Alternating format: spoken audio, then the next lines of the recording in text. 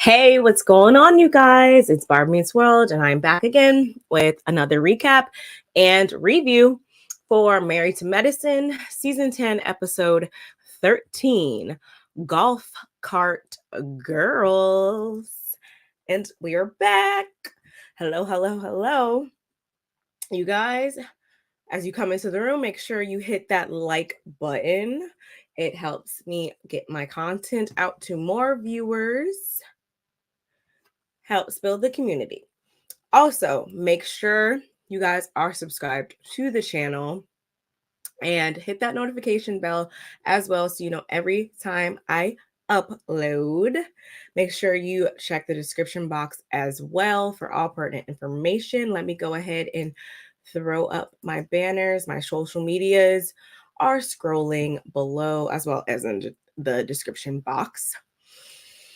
Also, shout outs to the replay gang. Let's keep the conversation going in the comments below after this is posted and all of that. And shout outs to anybody that may be watching from the bushes.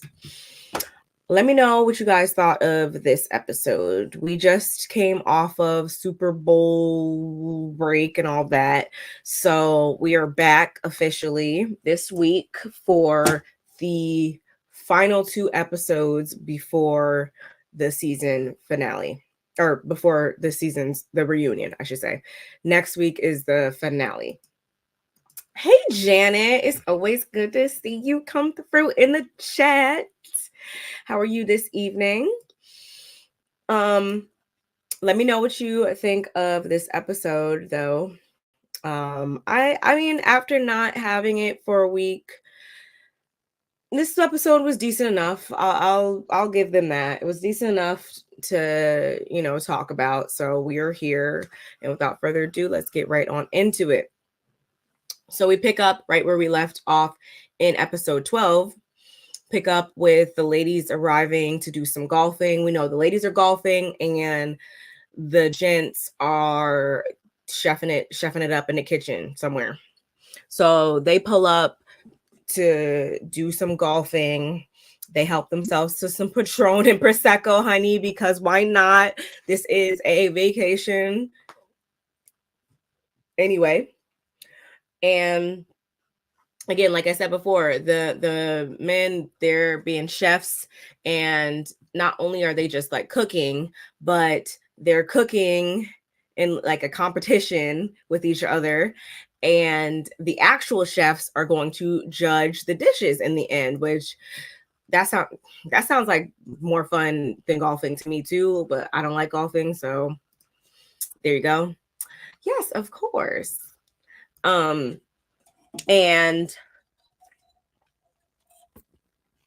sorry, you guys.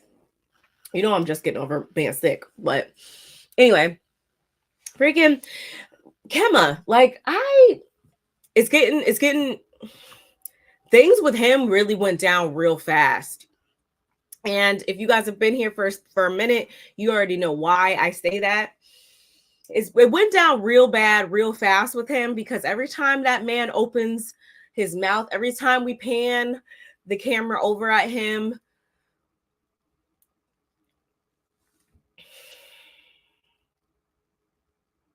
I clench my teeth so hard you would think my jaw is about to break, because every time he opens his gums to freaking say some off the wall, I literally want to punch him through the screen.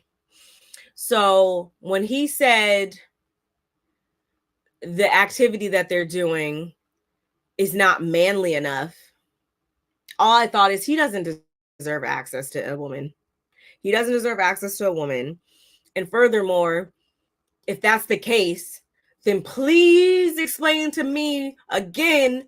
I think was it Cecil or not Cecil, Eugene, that had to inform them that as it stands, statistically speaking, men make up the larger percentage of chefs in the world. Did we forget about that statistic, Kemma? So how are you going to sit here and label something as not being manly enough when men are the demographic that does that as an occupation? That makes no sense. He talks out of his... Let me reserve my energy because I still have a lot more to go. This is only scene 1. Anyway, moving on. Eugene and Cecil, they're the team captains. We know Eugene loves to cook, so I wasn't surprised there. So we have Eugene, Dr. G, and Curtis. And the other team, we have Cecil, Kemma, and Damon. I mean, I'm not trying to knock nobody, but y'all, if you guys watched the show, you already knew who was going to win. Duh. So they freaking deliberate for a second, figure out what they're going to do, and then they get down to it. This person was chopping this person was sauteing this. We're cooking, we're getting down to it. Like I said, it looked fun to me. I would be down for that. And going back over here with the ladies, Dr. Heavenly is so sure that she's so much better at everything in comparison to Toya. Like, she just needed to let us know that. Again, we all know Dr. Heavenly and Toya, we know the context of their friendship. So that was very on brand for Dr. Heavenly to say. Out of the women, though, they also do their own little like putting competition thing. And out of all the women, Sweet Tea, she hit her golf ball the farthest with 110 yards. That was its final resting place. So she went over there. Whoop-de-doo. We're all good. Let's wrap it up. So we have, again, Team Cecil, Team Eugene. Team Cecil did some type of like Jack Daniel's sauce, brown rice, shrimp vegetable concoction. It was all right. Rice was still al dente, wasn't completely cooked. So yeah. Moving on. Team Eugene. They did a what did they do? They did like a chicken orzo that was cooked in chicken broth with the grilled pineapple and like a pineapple sauce. That sounded really good to me. In the end, the judges, I feel like they were trying to be nice. I feel like they were going easy because they're like, oh my God, both do taste good, but you know, there can only be one winner. I'm like, no non-cooked rice is that automatically disqualifier for me. I love rice too much for you to disrespect it like that. So automatically out of here. Team Eugene pulls off the dub. So good for them. Woo-hoo-hoo. Back at the house, or I should say, they all head back to the house and the two groups reunite. The ladies and the dudes, they reunite. They kind of reflect on the day's activities. Hee hee ha ha. It's all good. Somehow, though, y'all, we get back on to the topic from the previous night. We get on back to the previous night's debacle. And I think it was Eugene that posed the question to Sweet Tea, and it was something along the lines of, you know, how does she take it when she made that, you know, that comment, or how did she feel when she was called little baby? I want to say that that's what he said, something along those lines, you guys. From there, Dr. G interjects and he's like, nah, so the ladies are good, they getting along, we good, everything is fine, we're moving right along. And I feel like he said that because for his own purposes. I feel like, and I'm staying true to this, I don't care until he shows me otherwise. I feel like Sweet Tea was used as a pawn for him to get on this show. I feel like he wanted to be on this show just as much as anybody else. and he's not trying to give that up. So I feel like that's why he wanted to diffuse this issue before it grew any more legs. And he needed to do that so that he or she, they, whoever, doesn't end up like Quad, who is being pushed out of the group. That's my assessment. So again, they're all, corralled around.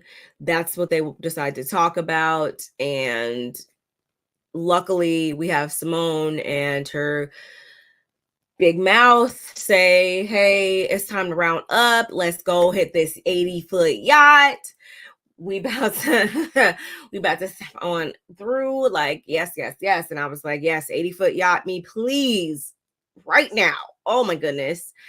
And so they all get on the yacht. It looks real nice. Heavenly asked if she can drive a boat. They was like, hell nah. And again, we're yachting around. We're getting to it.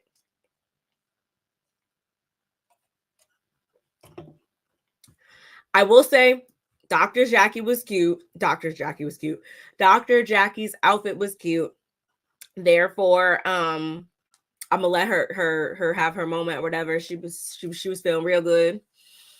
And then we see Dr. Jackie and Dr. Alicia speaking. And somehow I want to say it's because Sweet Tea was taking some shots and Dr. Jackie was like, oh, that's not going to be good or whatever. It kind of gave off the vibe that she cared more than one would think she would in this moment. And Dr. Alicia picked up on that and she was like, oh, it seems like you care or whatever a lot. And she was quick to let us know, and Dr. Alicia know in this moment, that no, it's not even like that. Like, and last night, like, you couldn't have paid me to say something to her or whatever. And that would be cool and all if she didn't go into her confessional to only say again that she wishes the only thing that she would have done or whatever is what did she say? I think I wrote it down. She should have got up and slapped her in the mouth like her mother should have done, and she shouldn't have referenced her as baby girl because she's married to an older man and it could have been taken wrong. And I'm like, if that doesn't have a whole other vibe attached to it, then I don't know. Then I must be crazy. I must be real crazy. Yeah. Okay. But all right, Jackie. And I'm not understanding why the reason you shouldn't have called her that is because she's with an older man. I feel like that's just general respect. I could be with an older man, a younger man, no man.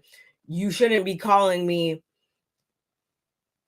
names that are not my name. You shouldn't be doing the whole sweetheart, baby girl, whatever. Like, no, you're not gonna baby girl me, bitch.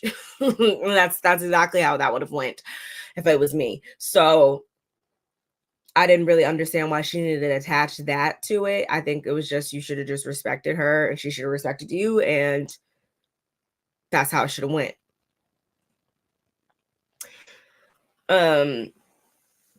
But over with Sweet Tea and Toya wants to know why she feels as though she needs to apologize when at the end of the day, didn't you feel provoked by what was said to you or whatever? And I'm just like, I was kind of confused by Toya's line of questioning or not line of questioning. I was kind of confused by Toya's question and her comments in that moment. Like, I was kind of trying to understand what her motive was by trying to trying to get Sweet Tea to like clarify and stuff. Like, I'm like, do you want them to be there to be doing this course? Do you want them to make up? I don't know. Maybe I'm overthinking it, but I was just kind of like, Toya, what are you getting at? But yes, Sweet Tea did feel provoked. However, she's gonna apologize again, one-on-one. So she goes over to Jackie and they have a moment, whatever. Jackie does wind up acknowledging that, being as though they were in such a vulnerable position coming into this season, that it's probably not a good idea for her, them, whoever, to, joke about something, something so sensitive. So she's going to accept Sweet Tea's apology. I think she apologizes, and we're going to move forward. We're going to move on. It just ain't even worth it at this point. I can appreciate that. I'm never going to be like, oh, I want to see them still be in conflict or whatever. I'm always going to want people to get along naturally. So if they're both able to get past it, then good on them. I don't want to hear about that. If that's the case, I don't want to hear about it anymore. That's the only deal. That's the agreement, I should say. So they kiss and make up once for all. Good, I guess. Now it's time to eat, and the guys, like, they're on like the deck kind of, I want to say. And I know Dr. Alicia was trying to be funny, but for me in this scene, it wasn't landing. It was not landing at all for me. And I say that because it was like she was ultimately she was trolling herself. That's how I look at it. Talking about, oh, like, let me fix your plate for you or whatever. Like, you're poking fun at yourself ultimately, because this is the same man that's literally sitting here telling these men that, he had to train you up, and he would basically come home every day and ask where his food was or whatever to kind of make the light bulb in your head go off, so that, gee, I need to have food ready on table when he come through door. Like, what? No, I and I had that. I said it like that because that's some barbaric, freaking prehistoric times ass way of thinking, if you ask me, y'all. So outdated. That's not the model anymore. Nobody is trying to act like I'm not gonna say nobody, because there is still a pick me demographic. Hey, I'm just calling it like I see it. But in this case, you're literally acting in the way that is the shining textbook example of how your husband has been speaking. Your behavior is synonymous with his descriptions, his way of thinking.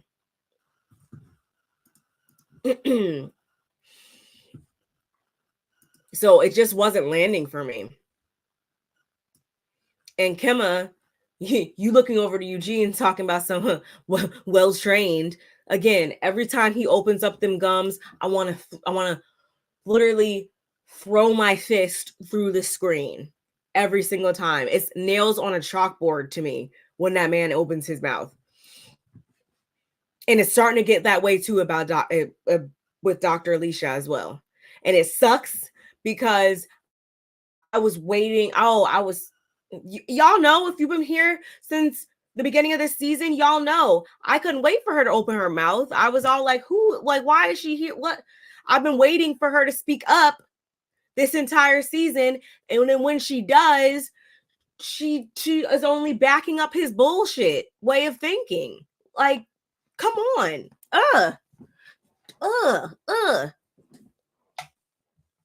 Anyway, whatever. Moving on to something better. Shout outs to Phaedra in this moment, though, y'all. I really loved her in this moment when, she's just over here on her, I'm chilling, I'm serving myself, I'm relishing in the fact that I don't have to hear anyone nagging about shit. Like, it's a vibe over here at the end of the day. I ain't mad at that at all. Stay unbothered, stay conserving your energy. I can never be mad at that. So I really enjoyed Phaedra in that moment. And while she's doing that, again, the other ladies are serving the men. And I can't even say anything bad about Dr. Jackie in this moment either, because when I think it was Curtis, Curtis, he basically clocked like, okay, I know my wife at the end of the day. She's only doing this because the other ladies are doing this. Like, it's just the thing to do right now. So she's just going along with the flow or whatever. I love how he clocked that. And I love how Dr. Jackie, that was very much Dr. Jackie. And I don't feel like she was apologetic about it at all. And I love that. Oh, I love that so much. Like, because at the end of the day, no, do I make my husband's plate sometimes or, do certain things for him? Yes, of course. But does he also return that energy? Yes, he does. Is it mutual? Very much so. Hell, does he do the majority of the cooking a lot of times? Yes. But that's just how our household works. According to Dr. Alicia, we are, at least these ladies, I'm not going to say we because I don't claim that for myself, are jealous of her, want her marriage or whatever. And I guess they could benefit from some training. So we'll just back on off of her then, right? Moving on. I did laugh when Eugene said to Toya that, hey, can you let her know that she got me deducted points because she didn't kiss me? And she replied like, oh, okay, well, let him know that I'll kiss him in private later on his parts. Like, that was funny. That's the type of funny banter we like to see on these shows. We being at least me. Y'all let me know how you feel in the comments. I thought that was the key.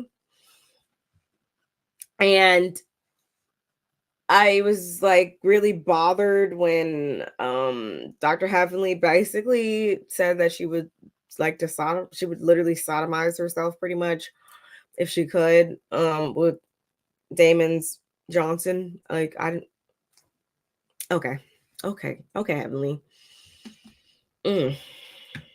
You got it. You got it.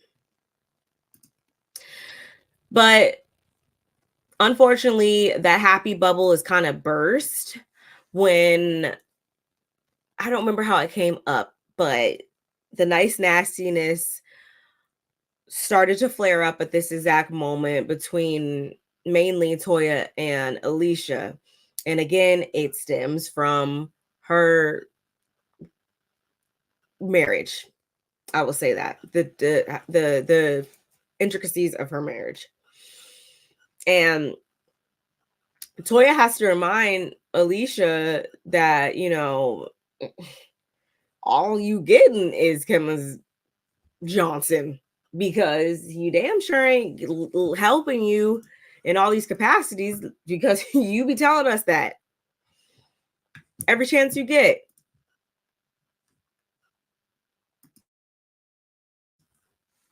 So instead of being honest with herself, Alicia goes to say, like in her confessional and in response to Toya, like I said before, that she could actually benefit from some training. Eugene needs to train her. And it doesn't bother her when Kemma says, she's well trained, because she knows he's joking. And the ladies wish that they had her marriage. And I was like, this is totally not the type of energy I wanted you to come in here on, yo. It's not at all. Ugh.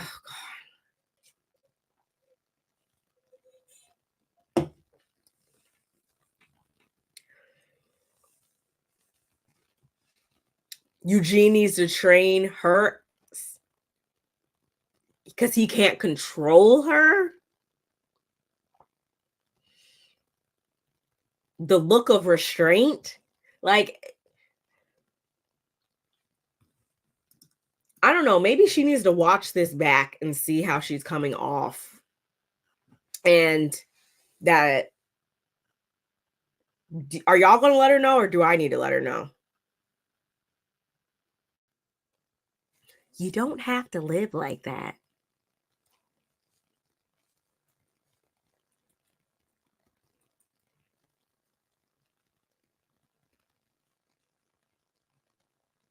No man is better than that type of man.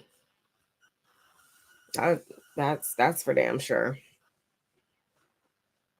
But anyway,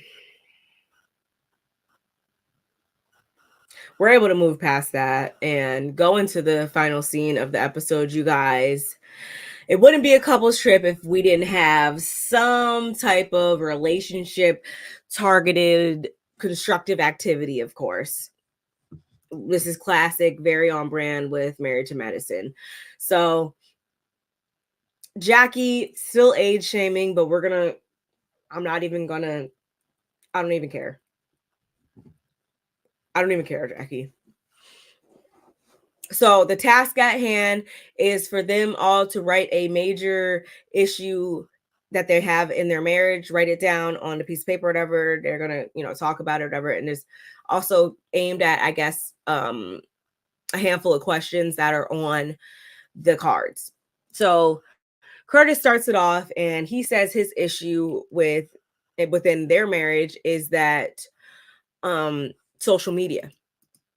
Basically, Jackie comes home. She let her tell it she wants to unwind, but she got the phone glued to her ear in her hands from the time she walks through the door to throughout the entire evening when she's supposed to be present, spending quality time or whatever. Her thing is, again, that's a part of the unwind. That's a part of business a lot of times for her. She has certain marketing campaigns and different things that she needs to obviously post on her social media. So again, makes a lot of sense. I can understand that. Although I pride myself on being unbiased and being objective, you all, I can always what I pride myself on even more than that is being honest. And in this moment, I will admit my bias. Curtis, at the end of the day, you have nothing that you're allowed to be upset with. You should have no complaints. Because you should honestly be not married to Jackie, but whatever. Whatever. She accepts it, so why do I care?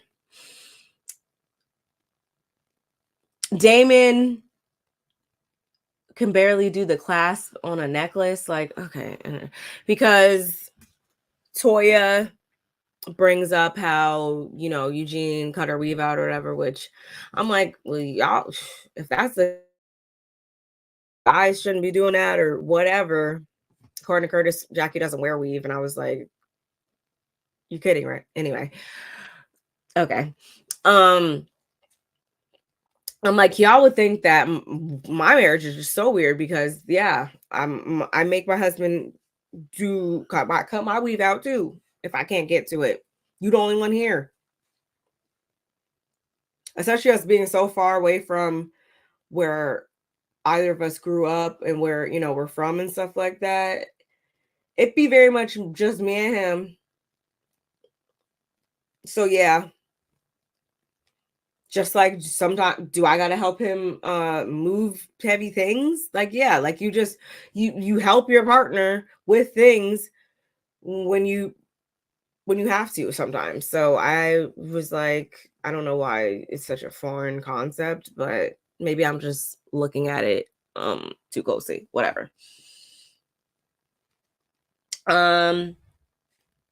Alicia's thing was that her and Kimma don't truly know how to work together. And I'm like,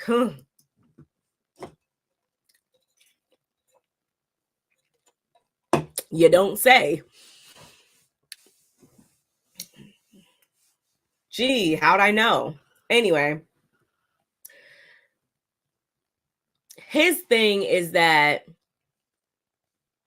basically she's financially irresponsible. And if it wasn't for him taking control of the finances, they would be in the hole, apparently. I can kind of see both sides. I will say that. However, something that kind of makes me still look at him a bit like harder than her is the fact that he took, I think it was over 150, it was like $150,000. He invested that in some crypto, and I guess it really it wasn't even that fruitful of a business move. And this was after she told him to withdraw the fund, to not do that, basically. I can't. Mm-mm. Mm-mm. And that's where that whole gender role, leadership dynamic, that's where all that, I'm just like, see, I can't jive with that, because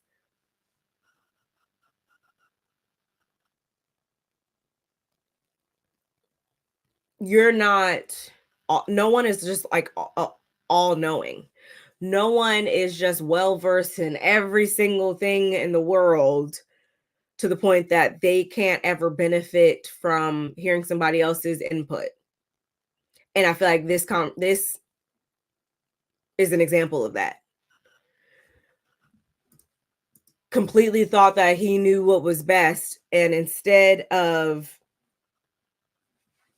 taking what his wife said into account, you caused y'all large sums of money. I feel like that's stupid too. So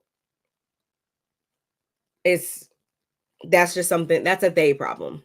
They problem.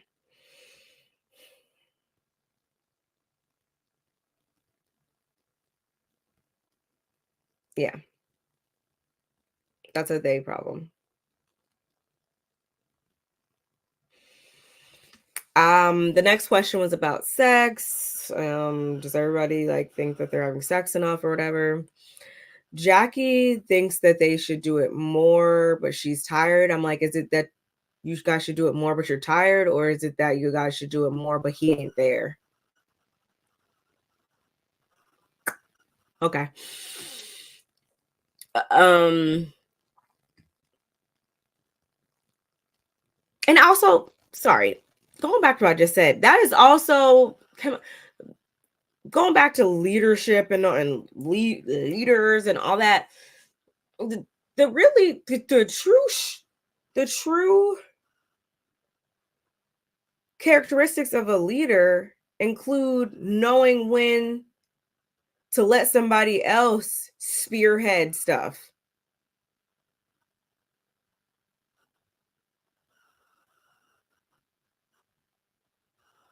But I'm sure that'll go over some people's heads. Anyway, and by some people, I don't even mean y'all. I mean him. Him being Kemma. Yeah. Going back to the sex. Jackie thinks that they should be having sex more, but she's tired. Again, I think it's more because Curtis not home. And I'm not even gonna say that. I'm not even gonna say what I'm anyway. Damon is content with their sex life. Eugene has been content over the last several months as well. Cecil, which were we surprised? I wasn't. Cecil says their sex life is in a better place, although it still ain't frequent enough. And just like Dr. Jackie, Simone has Simone's been tired since she got on this show. So that's a they problem as well. But if they want to continue to have that problem for forever, then that's on. I guess that's just what they're gonna do, because we've been hearing about this again since like season 1, I feel like. And we know that Sweet Tea has been going through her endometriosis issues. So currently, you know, they're able to do it as much as they can, despite those her current issue that she's dealing with. It causes them to kind of do it sporadically, which makes sense. And of course, we have to end on Phaedra because she is the only single one there. Ha ha, he, whatever, who cares? And yeah, you guys, that wasn't too long, actually. Like I said in the beginning, it wasn't a bad episode. It was cool enough. Yeah, there's nothing else I really want to say about it. If I had to rate it on a scale of 1 to 10, I would give it like a 6. Right in the middle, like it's a, take it or leave it. We got a little bit of this, a little bit of that, but it wasn't anything too over the top. Again, we're almost at the finale and the reunion, so can't wait to get into those with you guys. This hasn't been Married to Medicine's best season, if you ask me, but we've been pushing through. I've been trying to make this commentary as exciting as possible. So I appreciate you guys for being here. Shout outs to the replay gang, you guys. If you have not, please like the video. Please make sure you're commenting in the comments below. Let's keep the conversation going. Make sure you're subscribed to the channel. Make sure you check that description box. Make sure you have on your post notifications so you know every time I upload, you guys. And until we meet again, bye and good night.